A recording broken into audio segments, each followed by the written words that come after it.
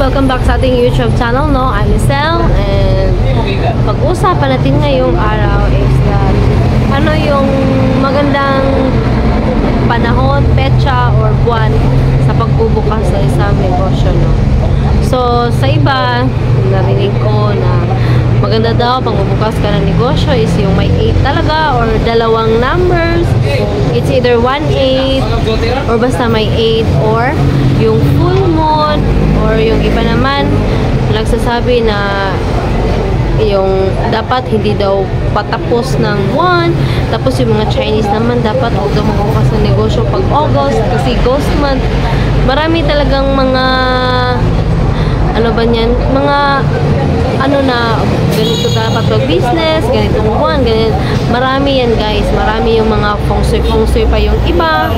Tapos ganito, ganyan. Sa mga Chinese believe yan. Pero para lang sa akin, ha, para lang sa akin, whether totoo man yan o hindi, para lang sa akin, yung pagsisikap mo, pagdadasal mo at effort mo, enough na yun. Kasi paano marami kang mga ganito ganyan, mga pamahiin, ganito, ang dami mo mga orasyon kasi para lang magiging successful yung business mo. Eh, kung yun lang ang basihan, siguro ang dami na siguro umulat na negosyo na hindi nag-try and error kung yun lang ang basihan, di ba? So, para lang sa akin, this is my own opinion. Kasi, hindi naman siguro tayo Chinese. Hindi naman siguro lahat ng negosyante, mga Chinese. Sa kanila din yun, kasi beliefs nila yun di ba? So, para lang sa akin, yung pagdadasal at saka yung effort mo, enough na yun na para magiging successful ka. Yung pagiging masipag mo at saka dedicated mo sa ginagawa mo at sa negosyo mo, eh, someday, ulag ka talaga. At saka yung discarte mo. Kasi aanin mo yung mga pamahiin na ganito ka magbukas, dapat ganito full moon, dapat ganito ganyan.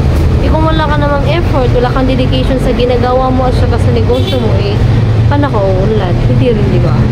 So, ganun lang yun, guys.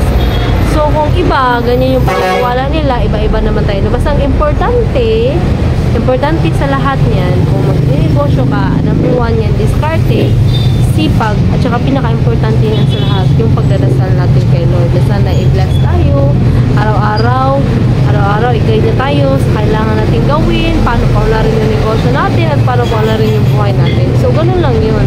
Importante, may tiwala tayo sa Diyos. Kasi, hindi naman niya tayo pababayaan lalo pat nagsikap ka at nakita niyang responsable kang tao at saka yung hangarin mo sa buhay is maganda, diba? So yan lang yung masasabi ko for today's video at sana hindi kayo nasasawa sa ating